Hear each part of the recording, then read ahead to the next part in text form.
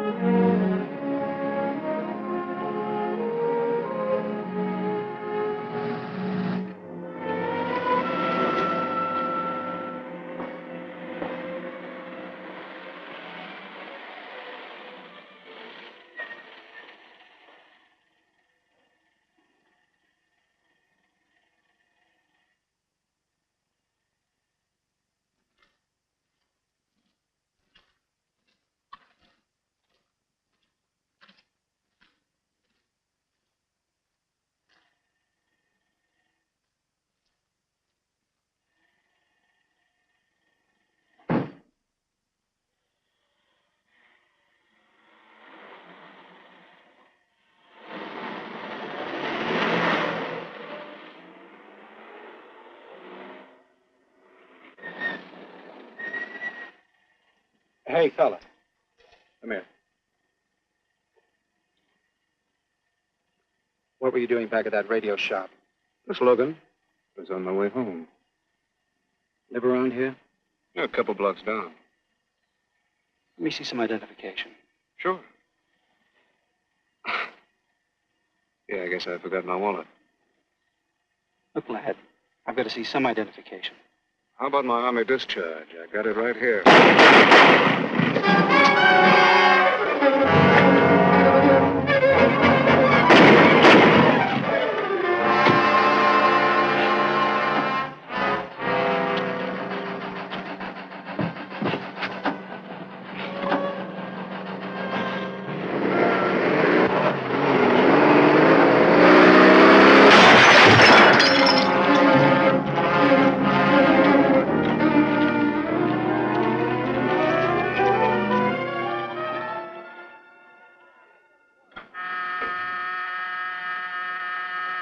Police Department, Operator 27. I want to report the shooting of a policeman.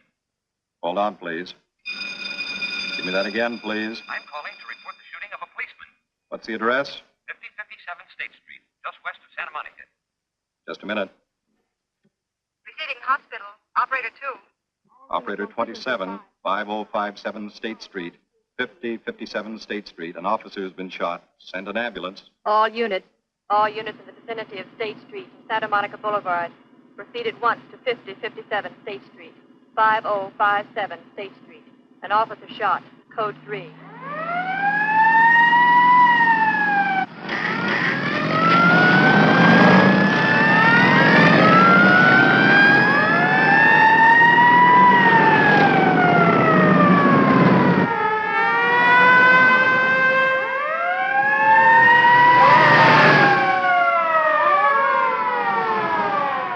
To Control 1. Control 1 to 80K. Go ahead. This is Breen. Instruct Homicide to throw out a Dragnet and pick up all suspicious characters in the area of the shooting. Also notify Sergeants Marty Brennan and Chuck Jones to report to me at the scene of the crime. Control 1 to 80K. Roger.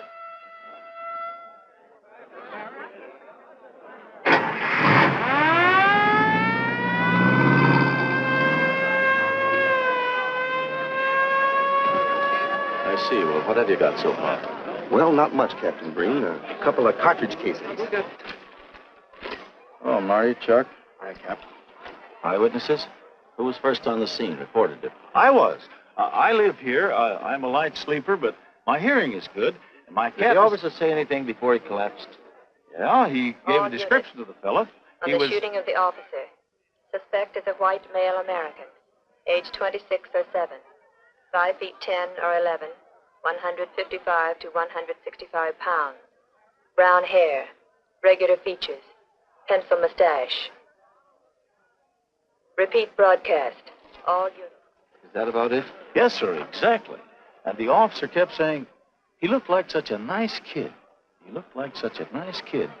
As if he couldn't believe what had happened to him. Let's see, is that all? Yeah. Thank you very much. Yeah, well, anything else I can do, I'd be glad to help you. We may call you. Get his name and address, will you, Bob? This door been checked, Lee? Yeah, it's okay, Captain. Find anything? Nothing but some smudges so far. Found this in the glove compartment. I think it's nitroglycerin. Doesn't look quite right. Well, check it down at the lab. Right.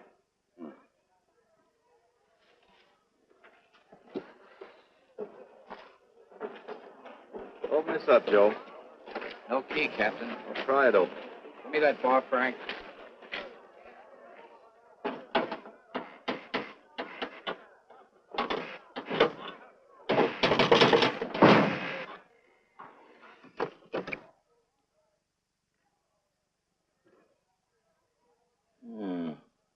Regular arsenal. Yeah, get a load of that. What is it? I don't know. It looks like some kind of an electrical device. United States Navy. It's either stolen or war surplus. Send all this stuff down to the lab and check the serial number on that Navy equipment. Yes, sir. Captain Breen. We found these in the weeds over by the radio store. What do you got? A pair of cloth gloves, Captain. Well, he thought of everything, didn't he? All right, give them to one of the technicians. Yes, sir. Marty, you and Chuck come along with me. Let's go downtown and see what they picked up in the Dragnet. Right.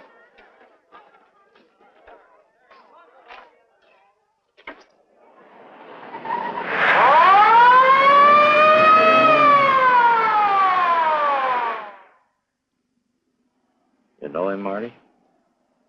Yeah. I know his wife, too. Ever since high school. Captain, I wish you'd let Chuck and me handle this case. All right. I don't want any dead heroes. I just want the man who shot Rawlins. The suspects began to arrive at headquarters in droves. The police tossed every motel and hotel and many private homes in a 4-square-mile area around the scene of the shooting. Every available radio car and patrolman and detective was out on the Dragnet. The strings were being drawn tighter and tighter. Many a man returning from a date or a late party or a poker game surprisingly found himself in a squad car, its siren screaming as it brought him to the detective bureau. The Dragnet gathered in some strange fish, and many ordinary ones. All the rest of that night, the detectives probed, needled, questioned, quizzed. Everything was checked. Fingerprints, names, addresses, stories. Every fish in the net was examined. Most of them thrown back into the sea, not worth keeping. Except a few parole violators and slightly shady characters whose stories needed a lot of verifying. I wasn't prowling no cars. Just taking a walk, you know, getting in condition. You were running when the radio car picked you up. Yeah? Maybe that's why the guys call me Punchy. He's got a point there. 2 felony convictions, no warrant, no warrant. He's on parole. Book him, violation of parole. Let's have the next one, Joe. What were you doing in that vacant lot? The vacant lot. Lot? What were you doing in it at that time of night? 你唔好問我咁多咯，我喺樹好耐噶啦，我上喺樹30幾年，未有律醫拉過我。我姓陳嘅，我陳家我做老豆有生意嘅。You say your name is Ralph Henderson. So what? Well, you know, it's a funny thing, Ralph. There's a guy around this town that's been wearing your fingerprints. Only his name is Pete Hannon. Okay. So I'm dead. So what's one more confession in my life? Now you're talking. Okay, Andy. Oh, Harry. What have we got here? Oh, some robbery suspects. Candidates for San Quentin. Handsome here is the big shot. He runs the outfit. Have a gander at his record. Car theft, escape from reform school, robbery, assault with a deadly weapon. Not bad. Look at the heater we found on him. German Luger, fully loaded. Redhead here tried to carve up one of the arresting officers with this pretty toy. Nice boys. By dawn, many minor wrongdoings had been uncovered, and a few incipient felonies. The checking of the suspects had been thorough, painstaking, and tedious. But all the work was for nothing. The man who had shot Officer Rollins was not among them. He remained no more than a description, a shadow of a man, mysterious, elusive, deadly, hidden away somewhere in the vast city. As for Rollins himself, he couldn't help. He was in a coma at receiving hospital. Mrs. Rollins waited out the long, tense hours while her husband fought to live. Many another officer's wife had so waited. Many another will. The word came shortly after sunup.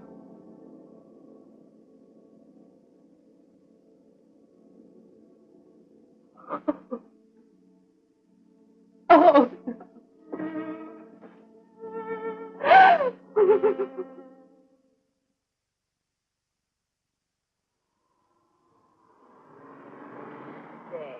A white male American, 26 or 7, 5 feet 10 or 11, 155 to 165 pounds, brown hair, regular features, pencil mustache. This was no frightened fugitive. What went on in his mind? Why had he set his hand against his fellow men, taken the life of another, of a stranger, of a man who was merely doing his duty? He must have some plan, some goal that called for sudden death to anyone who got in his way.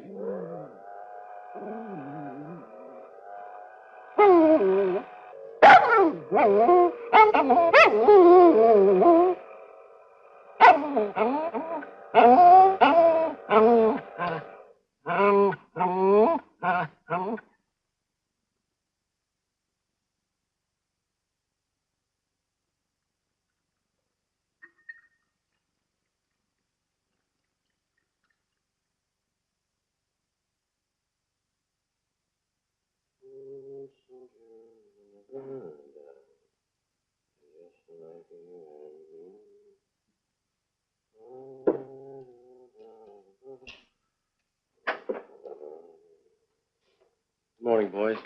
Morning, Lee. Hi, Professor. Well, I thought this was safe cracker soup. You gonna drink it, I hope? I'm really a nice guy. Stick around. I'll prove it. Come over here.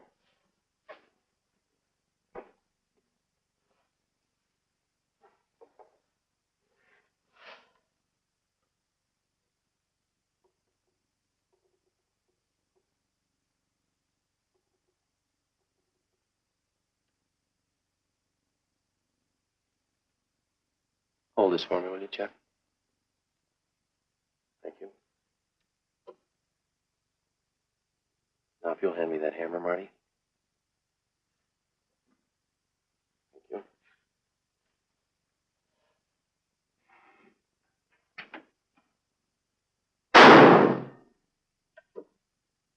Yeah. Nitroglycerin. I didn't ask for a collection of fingers, just fingerprints. All those nice fingerprints on the car belong to the man it was stolen from, Cap. Nothing on the guns or picklocks? Not even an interesting smudge. The gloves? Common type, worn by undertakers. I'll check on them. They won't show anything. What did your scientific test show? A couple of little things. Tool identification on these picklocks. I got one under the scope. You want to take a look? Yeah.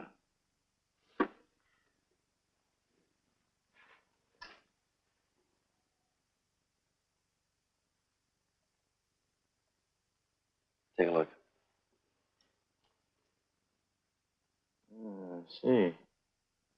Well, it seems to tie the tool up with the lock.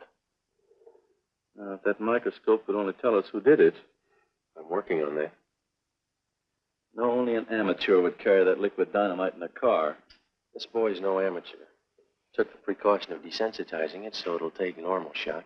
Took a lot of other precautions, too. No fingerprints, no identification, nothing definite. Except he's scientific. Knows electricity. Is inventive. Yeah. Happy on the trigger. This is Captain Breen. Get me Captain Stevens a burglary, will you? I hate to disappoint you, Lee, but I think you've come up with something. Hello, Steve. How are you? Did your daughter's marriage come off all right? Good. Look, Steve, on those burglaries of electrical equipment lately, were there any where picklocks were used to gain entry? Good. Well, let me know if there's another report of one, will you? I've got an idea the Rawlins killer may be tied in with those. Fine. And give my regards to the newlyweds, too. So long, Steve. Well, what are you waiting for? You've got a job, haven't you? Get going. Yeah, let's go, Junior. Hold this for me, will you, Lee? Thanks. And so, with no fingerprints and only a vague description to go by, Sergeant Brennan turned to the modus operandi file. A criminal, like any human being, has his own habit patterns, unconscious traits that can lead to his downfall.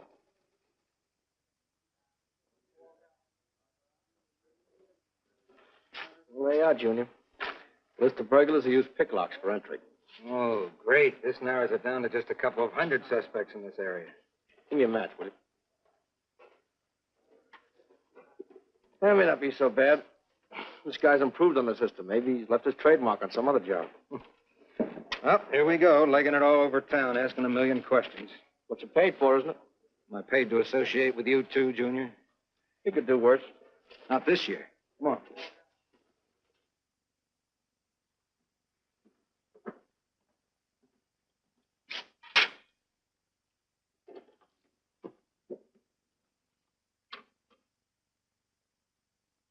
Car 12, car 12, in the 10,000 block on Mississippi.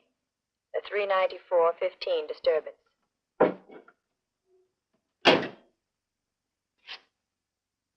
Car 80K, code 1.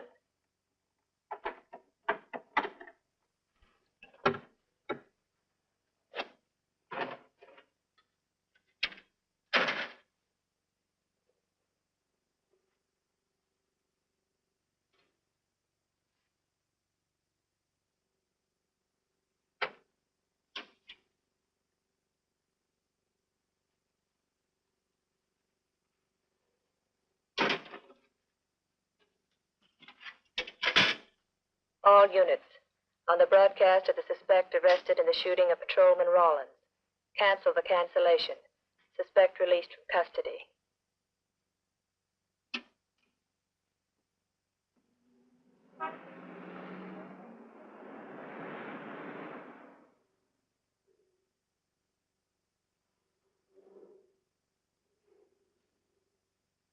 Oh, hello, Mr. Martin.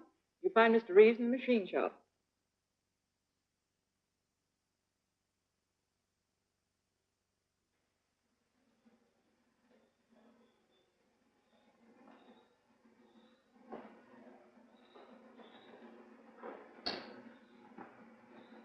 Oh, Roy. Glad to see you. How are you, Mr. Reeves? Hi. I was hoping you'd drop in. I wanted to thank you for showing us how to handle that repair job. Helped a lot.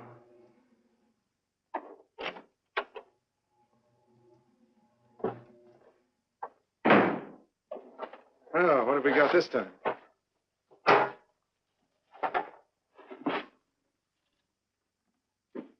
Silograph.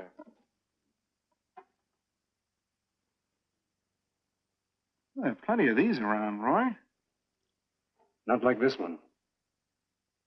Yes, I see. I suppose, as usual, you've added your own improvements. You know, it seems wrong that a man of your talents should bother consigning equipment for rental. I'd like to see you devote yourself entirely to experimental electronics. It'll come one day. I'll have a place like this. Well, why wait? I've got a pretty good setup here.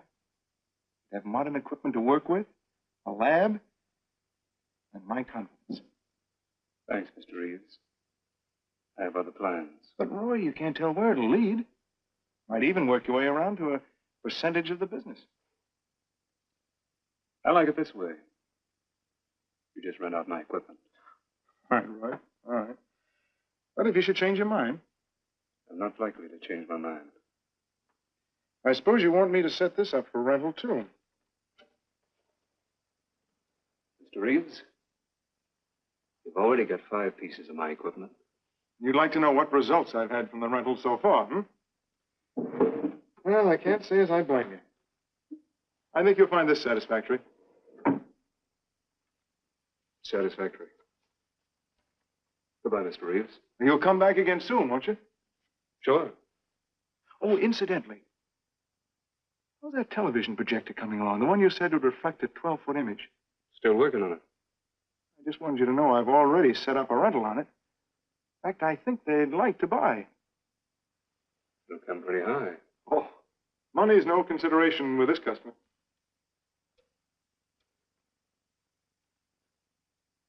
Tell him he can pick it up tomorrow. I thought you said it wasn't finished yet. It'll be finished.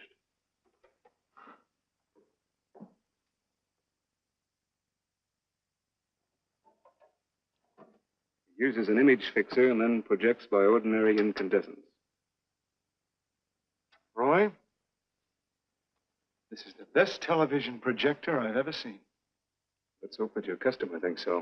He will. Yes? Send him right in, Charlotte. There, you see, our customer is here, begging for the privilege of buying. Better be running along. I'm not much good at business. Oh, but Roy, he'll want to congratulate you. Just see that the price is right. All right, Roy. I'll get you a good deal. So long. See you.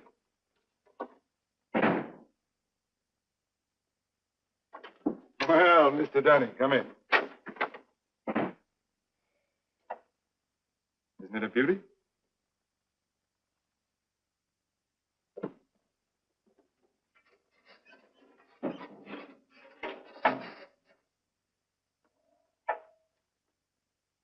It's a beauty, all right. You like it? I certainly do like it. You see, it's mine. What do you mean? Let me have the police. I built it. Spent years on it. Oh, you must be crazy. Roy built this machine himself. Your friend's a crook, Paul. You've been taken in. Hello? Give me the burglary detail. Dear Jim, regarding your inquiry on the .38 caliber Smith & Wesson revolver, sir. Oh, come in, boys.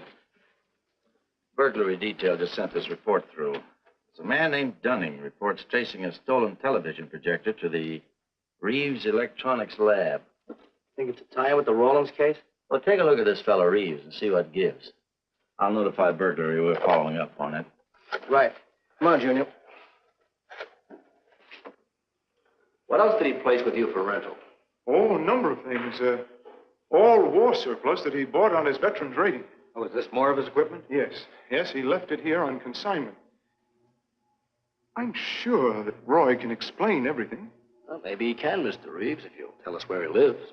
But I don't know. Mr. Martin's on the phone, sir. I'd better talk to him. I think so, Mr. Reeves. I'll take it in the superintendent's office.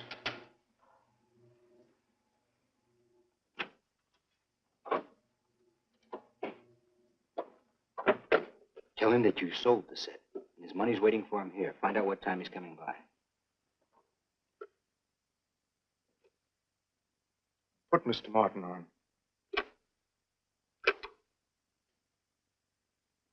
Hello, Roy? Yes, I've sold it. Your money is waiting here for you. Yes, I'll be working late tonight. What time will you be by? First thing in the morning. Well, maybe you better come in tonight, Roy. A couple of things I want cleared up.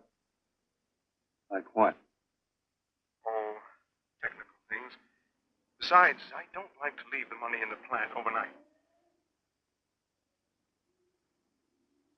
How about 8:30? Fine. I'll see you then. I'll leave the front door unlocked.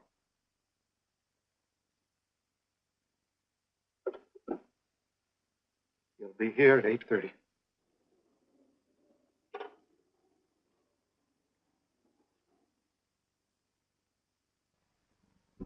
Well, I'll just run along home and get some dinner. We'd like you to stay too, Mr. Reeves. Why? For company. You want to cooperate, don't you, Mr. Reeves? Certainly. Good. Now, you just wait in your office. We'll be around. Very well. This way, gentlemen.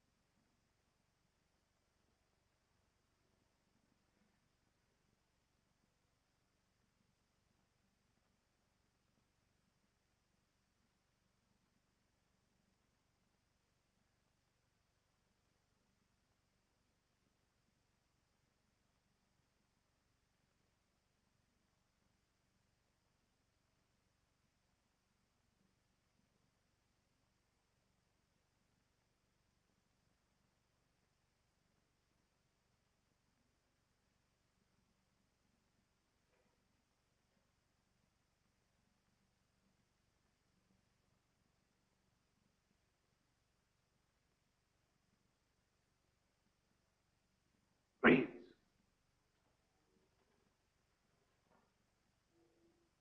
That you, Roy?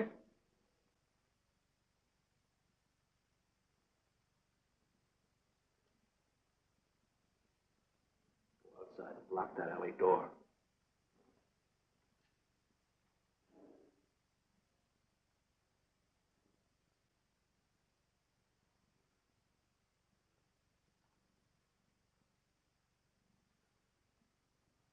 Where are you, Roy?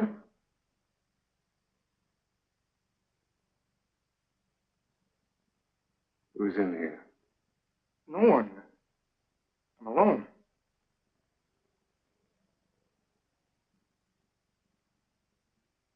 Come on in. I've got your money for you. Bring it out here. All right. Just a minute.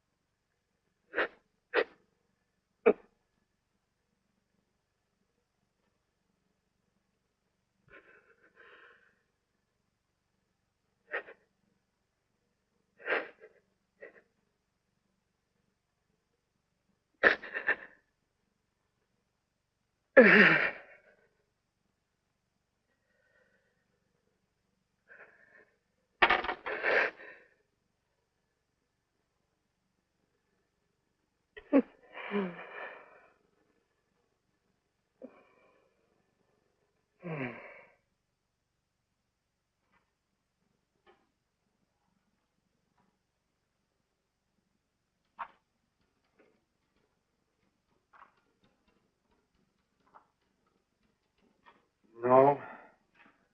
None of them even looks like Roy Martin. He had such a fine face. Didn't keep you from carrying a gun. Or didn't you know that? No, I didn't. I told you all I know, all he ever told me. What about his friends? Didn't he have a girl? No, I don't think so. He had no interest in anything but electronics. Where'd he pick up the subject? Books, magazines. Mostly from the Signal Corps. He was attached to a radar unit. Get a teletype off to the War Department. That might help. Yes? Ready on your call to receiving hospital, Captain Breen. Hello, this is Captain Breen. What is the latest report on Sergeant Jones?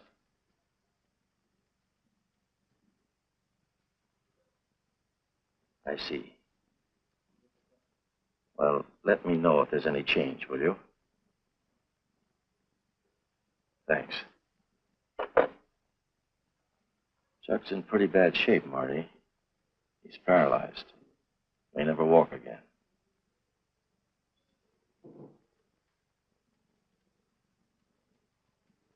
Oh, I'm sorry. It's funny that Martin showed up at 7 when he told you he wouldn't be there till 8:30. I don't know why. Except he was always unpredictable. I'll tell you why. Because you warned him. That's why he came early. That's why he came in the back way. But you heard me tell him the front door would be open. And the key didn't let him in the back way? He must have had one made. Why don't you tell us the truth? Marty.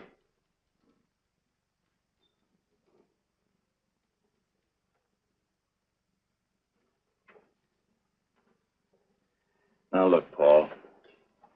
You can make it a lot easier for us to believe your story if you'll just give us some facts. Something that might help us. I told you all I know. I've been gullible, all right, letting him make a fool of me. But I'd do anything to make up for what he did to Detective Jones. Sure you would. You can go now. Oh, thanks. Thanks. My friends, they can vouch for my character. That's good. We'll call you if we need you. Thank you very much. I think he's telling the truth, Marty. I think he's just gullible, like he said. What about the stolen stuff he was trying to peddle for Martin? We'll use it for bait. Maybe Martin will come back for it. Then we can ask him. Here. Nevertheless, I want a 24-hour tail put on Reeves, and I want a watch on his home and his factory. Right. You can keep those. Okay, Captain.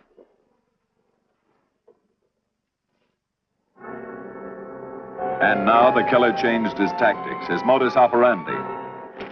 It would baffle the police. They always expected burglars to remain burglars, not go in for stick-ups. They'd never tie this up with him. So wearing a variety of disguises, coming and going like a shadow, ready to kill if cornered, he struck the bottle stores in a one-man blitz that had the robbery detail dizzy.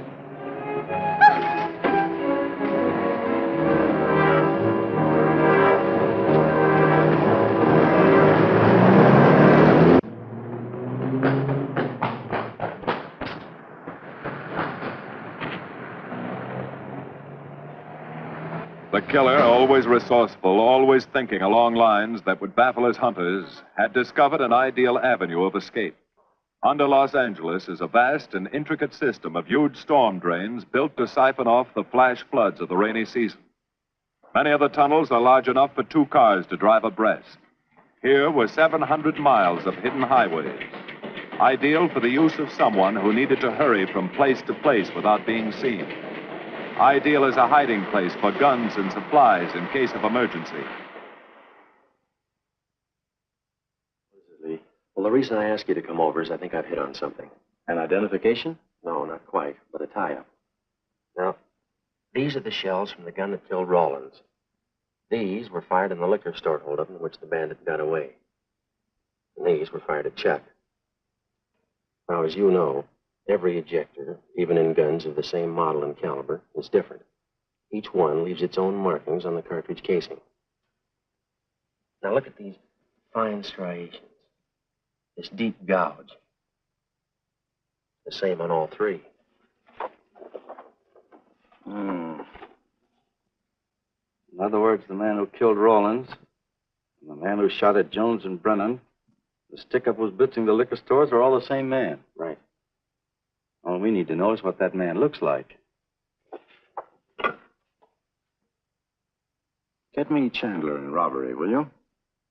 I've got an idea about that. Also, it'll give us a chance to see if Reeves is on the level with us. Steve, Breen, about those blitz holdups you're on. Round up all the victims and have them down here tonight, will you? Oh, it's just a little scheme. Thanks, Steve. That's good. Now sketch another one of the same type, only this time thin it out a little, huh? All right. Hi, Lee. How's it coming? You ready for tonight? We'll be ready. Think it'll work? Should. Where'd you get the idea? From a kidnapping case in Chicago. But I thought these slides might be an improvement over the method they used. Could be. Captain thinks so. Good evening, ladies and gentlemen. May I have your attention for a moment, please? You've all been asked to sit in on a little experiment tonight. We're going to try to build a picture of a face. A face of a man who's cunning, resourceful, and deadly.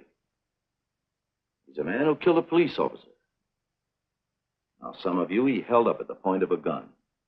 You may have seen his face, remembered something about it. And we want you to tell us exactly what you remembered. Whether it's his hair, eyes, nose, or mouth. And we're going to try to put those pieces together so that they add up into a picture of the face of the man we want. Now, you can see how we're depending on you. Lights? Now, first, we're going to concentrate on the type of hair our man had. And if the picture looks anything like his hair, I want you to speak right up. All right, the first slide, Lee.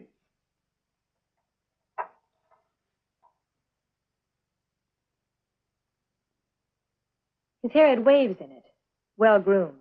That's the idea, Miss Smith.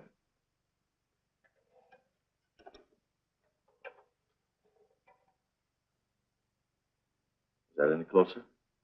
No, it was parted on the side.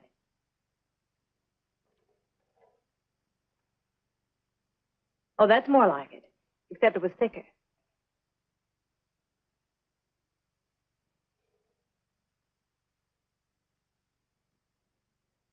Oh, that's very close. Yes, that's the way his forehead looked. It was broad and high. All right, hold that slide. On the next series of slides, we'll take into account his eyes.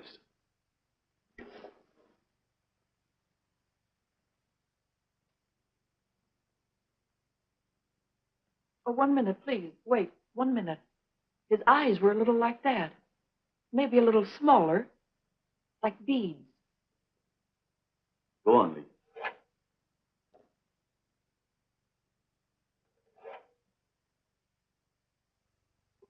Now you've got it. Now hold that slide, Lee. Anyone else? That looks like him, only a little madder. He had a patch over one eye when he come into my place of business. I remember noticing that the one showing was blue. Well, the guy that stuck me up had on horn-rimmed glasses. He was wearing a Band-Aid across his nose when he knocked me over. Uh-huh. All right, hold that, Lee. Well, so much for the eyes. Go ahead.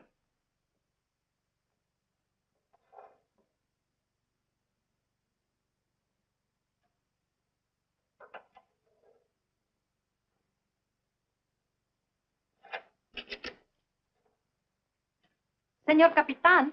Yes, Miss Montalvo? Ay, ¿cómo se dice en inglés? A sus órdenes, señorita. Ah, qué bien. En este bandido, la nariz fue chata, como aquella, pero un poco más chata y más ancha. Like that, Captain, but more snub, wider. Try another one, Lee. Como aquella. Casi la misma. She says that's about it. Thank you very much, Miss Montalvo. Get Reeves. Any more comments? That's pretty close, all right. Pretty close. Perfect. All right, now we'll start on the mouth and chin. The next series, Lee. I think his lower lip stuck out more. The mouth was thin and mean, like it never laughed. Go ahead. Something like that, but thicker lips. There. That's it. That's him. All right, now hold that right there, Lee. Oh, come in, Mr. Reeves. Good evening, Captain. You ever see that face before? Why, it's Roy. Except for the hair being a little lighter and the eyebrows heavier. It's Roy. You're sure? I'm positive I'd know him anywhere. Lee, I want a retouched photograph. Now lighten the hair and give more body to the eyebrows. Right. Lights. That's all. Thank you very much. You've been a great help. It's positively amazing how you found out what he looks like. Well, we're looking for an amazing criminal, Mrs. Johnson. Thank you and good night. Good night, Captain. And so the face of the unknown killer, built up from fragments of evidence, was sent out all over the country. To chiefs of police, to sheriffs, to county constables and county jailers, to the wardens of prisons, to all postmasters and postal inspectors, to the agents of the Treasury Department, to the FBI. They showed that picture to the inmates of jails and prisons, to men with a wide acquaintance among the cat burglars and the violence boys. Informers and con men and sharpshooters were quizzed, those on the fringe of crime and those deep in the rackets. Many wanted to help. Nobody could. No one in the underworld recognized that mysterious face. He was as unknown as if he had lived in the 16th century.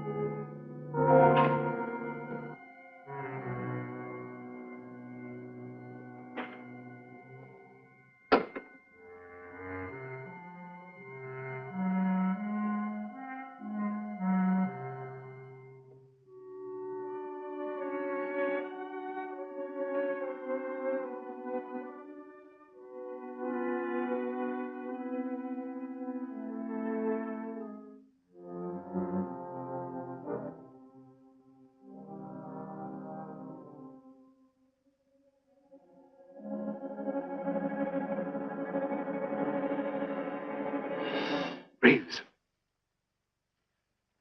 Roy. Listen carefully, Reeves. Control yourself. I know you're alone in the house. Act like you're alone. Cops are watching every move you make. Police here? They got you staked out like a muskrat hide, watching you around the clock. Here at your plant, tailing your car. Sit in that chair. Pick up 3 books.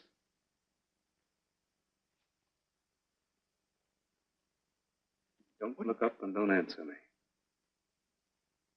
All right. But glance at the books.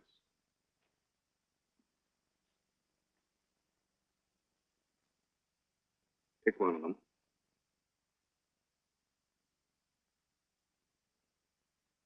Okay. Now, that's the book you want to read before you go to bed.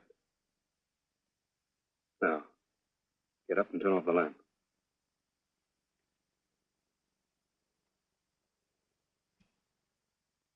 Come here. Come here.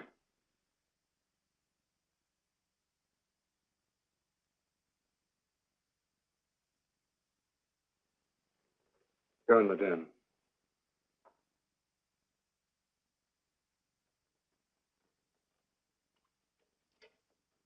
Pull those drapes tight.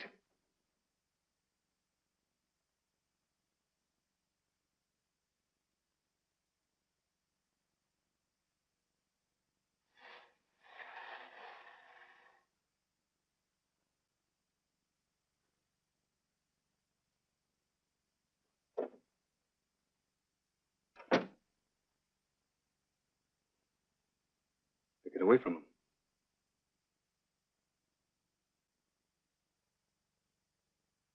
What do the cops know about me? Not very much, Roy. No fingerprints. They haven't even got a picture of you. They're trying to make one.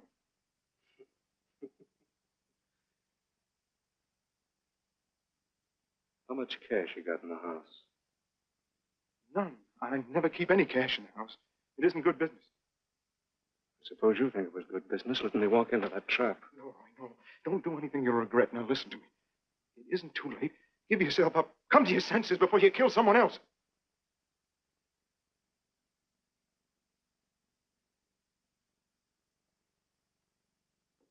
What do you mean, someone else? What do you mean? Nothing. The two officers, they said one of them might die.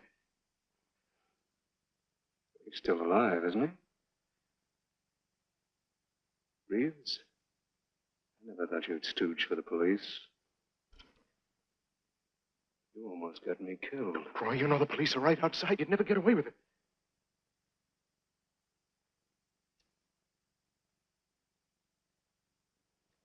That's right. Now you're being sensible.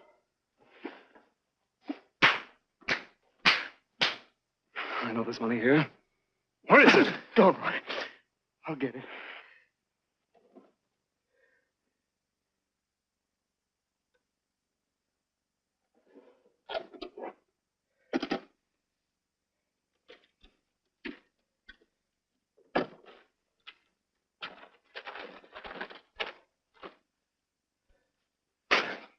It's not enough. Stuff you got in mind is worth thousands. I'll get more. Get it. Keep it handy. We'll be back next week and next month. But get it and have it ready. Just give me time.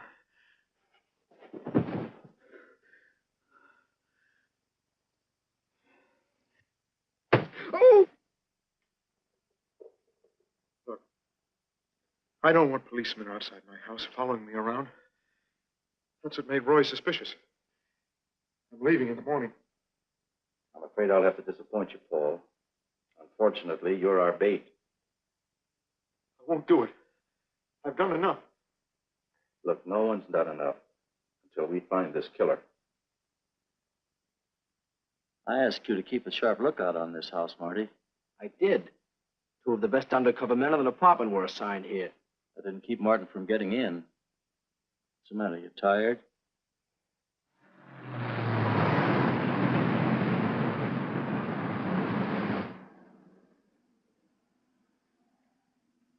You got any idea how long you've been on this case, Marty? Months. Long enough to have come up with something by this time. You know any more about the Rawlins killer than you knew the first week? Yeah. He's about the toughest nut I've ever had to crack. That's what I told the chief when he called me in this afternoon, wanted to know why the case hadn't been broken. Look, Captain. Rawlins was a friend of mine. So's Chuck. I've got a bigger stake in this than the chief knows. I'm doing everything I can. Well, I'm afraid it's not enough, Marty. Maybe you're too close to it to see it clearly. Maybe it needs a fresh team, a new viewpoint. I think you better take a couple of weeks off, Marty. Starting tomorrow. Anything you say, Captain.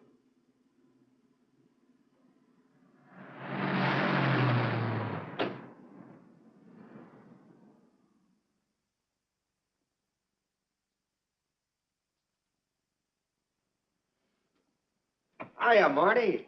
Hi, Chuck. Pete Scanlon, my new bodyguard. He's the one I've been telling you about. Oh, you mean the one with the steel trap brain? How do you do? Hello. Say, this guy been behaving? After a fashion. See, she takes me out in my go-kart, puts me to bed, wakes me up, dresses me. You're perfectly capable of dressing yourself now, Mr. Jones. I'll be back in a few minutes. Well, how's it been going, Junior? Oh, pretty good, Chuck, pretty good. Is that why you're off the case? How'd you know? Breen was in to see me this morning. Oh. Suppose he also told you they put a new team on the case. He told me everything. Let's see what his new boys dig up. Well, maybe they'll examine the facts of the case a little more carefully. What facts? That our man's sharp, that he's intelligent and works alone, that he has no record, never leaves a fingerprint and knows every move we make? Sure, plenty of facts, only they add up to nothing. Sure, forget it. You got yourself a 10-day vacation. Go on down to the beach, get a suntan. By the time you get back, the case will be broken. Isn't that what you want? You know better than that. All I know is what I hear. You sit there batting your gums about how the old man let you down. Maybe he's trying to wake you up. He's got a funny way of showing it. There you go, flying off the handle. Always taking things for granted. I wish I could get up and boot some sense into you. He knew what this case meant to me. He still does. That's why he's trying to get you mad enough to do something about it. You don't really figure that's his idea, do you? I know it is. Ah, it's a tough case, Chuck. Not an angle, nothing to go on. You'd know what I meant if you were out working with me. I have been working with you. That's all I've had to do lately, just sit around studying what little facts we have, trying to figure out who he might be. You know the kind of a guy we're up against, then. I tell you, Chuck, this guy's a genius the way he operates. As if he were right there with us every time we go out after a lead. Oh, sure. Breen's been tipping him off just to make you look bad. Yeah, almost like that. Well, he beats us to the punch every time. There's your angle. You just hit it on the head, but you don't see it. Look, start adding. 1, he's unknown to the underworld. 2, he beats you to the punch, right? And 3, it's almost as if he were with you. Isn't that what you said? Yeah? Well, tie that up with a lot of other little things, like the fact that he uses a police gun and the accuracy of the shooting. Anybody could buy a police gun, and the Army could have taught him how to shoot. Yeah, but who taught him how the police operate? Oh, I know what you're driving at, Chuck. But a cop. Those things happen. Yeah. Now, if I were still in the case, I'd start with our own department first, then Santa Monica, Culver City, Burbank, Pasadena. See you later, Junior. Hey! Don't let him out of your sight, beautiful. It's the first time in years he's used his head.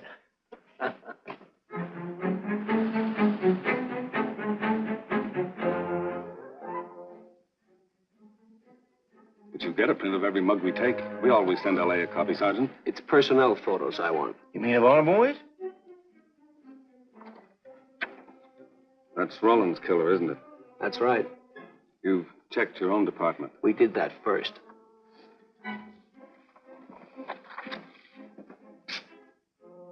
And so the tedious quest went on.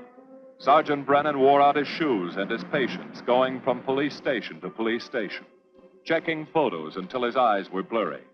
For police work is not all glamour and excitement and glory. There are days and days of routine, of tedious probing, of tireless searching, fruitless days, days when nothing goes right, when it seems as if no one could ever think his way through the maze of baffling trails a criminal leaves.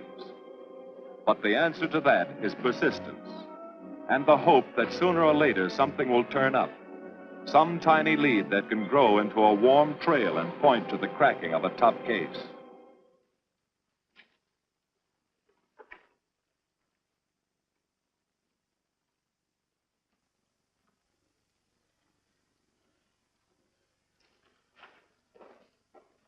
Well, that does it, boys. Can't say I'm sorry you didn't find him in here. I'd hate to think it was a cop. Doesn't seem to be anybody. Just a lot of pieces of a face that never existed. Do you mind if I see that again? Sure, frame it. Put it on your dresser. Wait a minute. He wasn't a cop. He was a radio technician right here in our dispatch office. What did you say? I'm saying he worked here in 42. Well, come on, give. I remember the kid well. He was sort of strange, never bothered with anyone in the department, just kept to himself. He was in line for promotion when he was drafted. Where was he living at the time? I don't remember. Try the dead files. He never asked for his job back after the war. I remember writing to him about it, though. He was an excellent worker. Oh, yeah, here we are.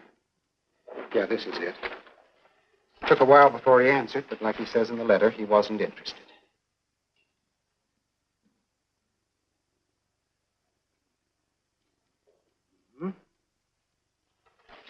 Postmarked Hollywood. No return address. What do you want us to do? All the work? Oh, thanks a lot, Freddie. Remember, he was a civilian employee.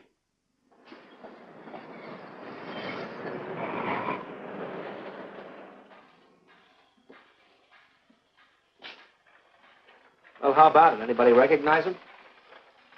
Not on my route. I never saw him before. Yeah, okay, fellas. Thanks very much. I thought for a minute. No. And yet that face. I wonder. Yeah? Well, this may not mean anything, but he looks like a guy that's on my route. He never gets any mail, but I see him around there all the time. He lives in one of the courts. Where? Come on, I'll show you. It's not that easy. What time does your route take you past those courts? About 9 o'clock. Why? Just thinking.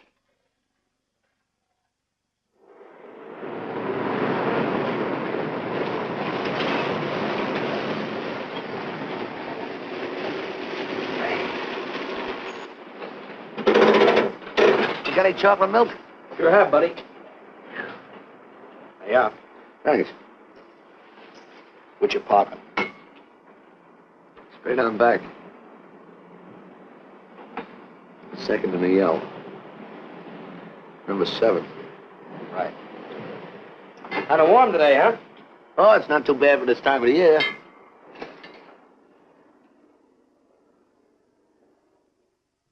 Good morning. Morning. You're new in the route, aren't you? We had a substitute. What happened to the other fellow? Sick. Oh, what's the matter with him? I don't know. I catch everything. Hear about it in the radio, and next morning I got it. Too bad. You aren't very social. The regular fellow always stops and talks to you. Sorry, lady, I'm a little late this morning. I was hoping maybe you could help me. There's something very funny going on in this court. Yeah? I was scared to go to the police with it.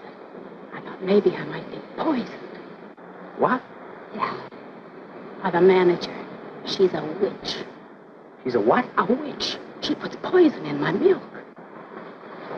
Oh, I see. Look, you switch the bottles when she isn't looking, see? Drink her milk. Then you'll be safe, right?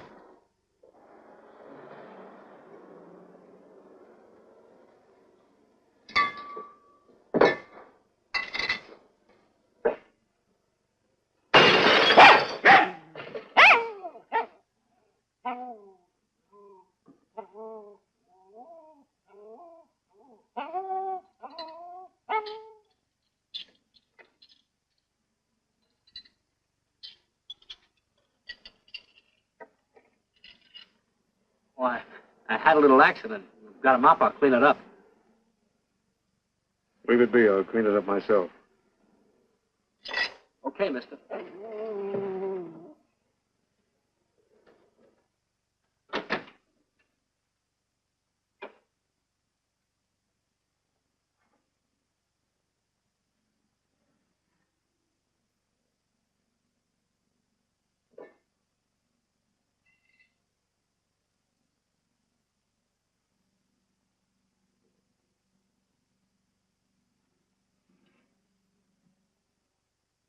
The place is called Bellevue Court. I drew this from memory, but it's pretty close.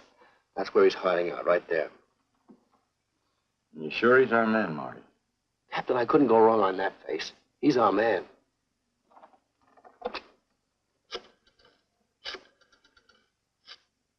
Now, there are 5 cottages in this area, and 2, number 6 and 7, in the L at the end of the row. Our man lives in number 7.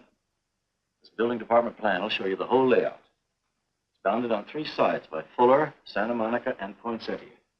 Now, the court is partly surrounded by a high wall. Brady, homicide. Good. You keep your eyes open until we get there. Morgan has just gone into his bungalow alone. Any questions? All right, you all have your instructions. Let's go.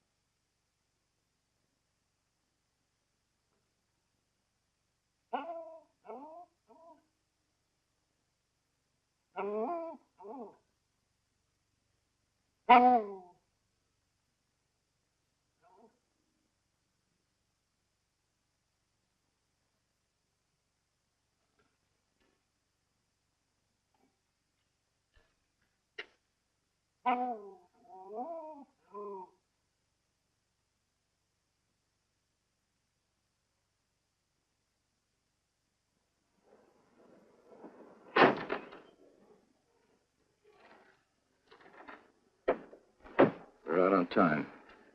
Wait 5 minutes. Go around and block the side entrance. Keep your lights off.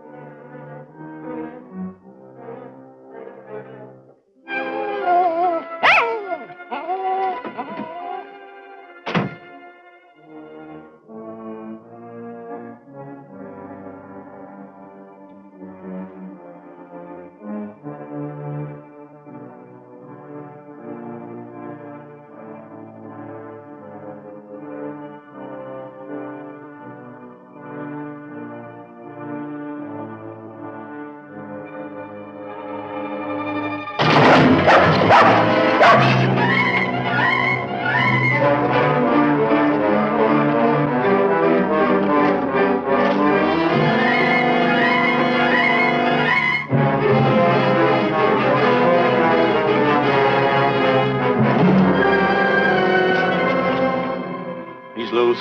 I want a radio car in a hurry.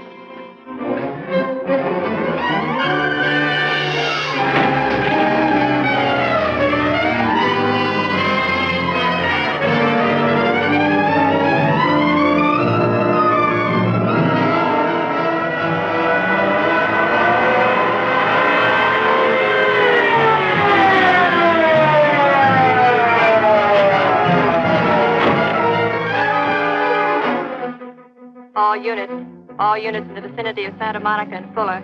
The murder suspect in the Rawlins killing is at large.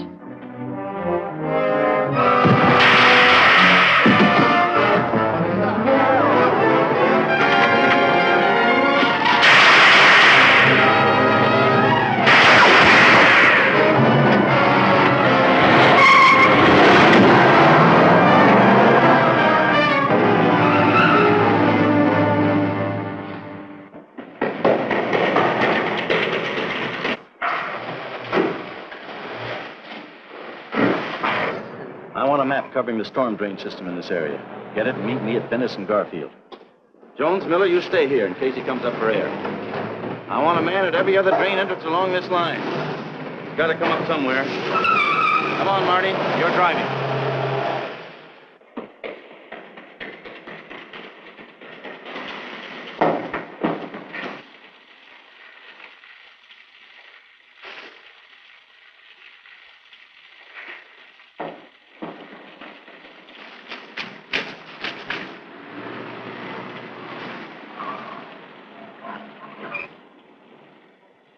Keep this drain covered. It's liable to pop out anywhere.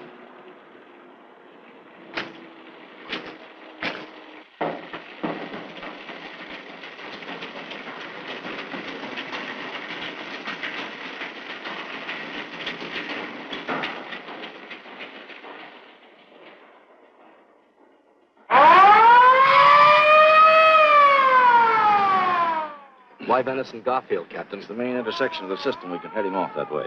80K to Control 1. Clear frequency 7. This is an emergency. Control 1 to all cars on frequency 7. Stand by. Control 1 to 80K. Go ahead. Notify homicide. Send the following to Venice and Garfield. 4 squads, battle lanterns, gas mask, tear gas. Urgent. This is a code 3. Control 1 to 80K. Roger.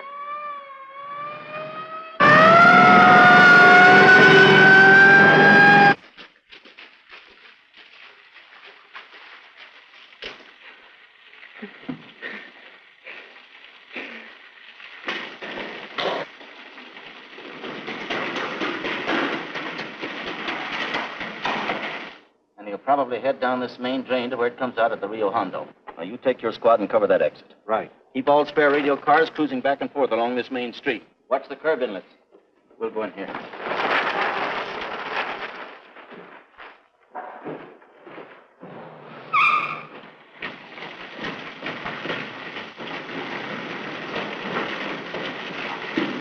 Any sign of him? No. And we've searched every foot between here and the Rio Hondo outlet. Then he must be up ahead.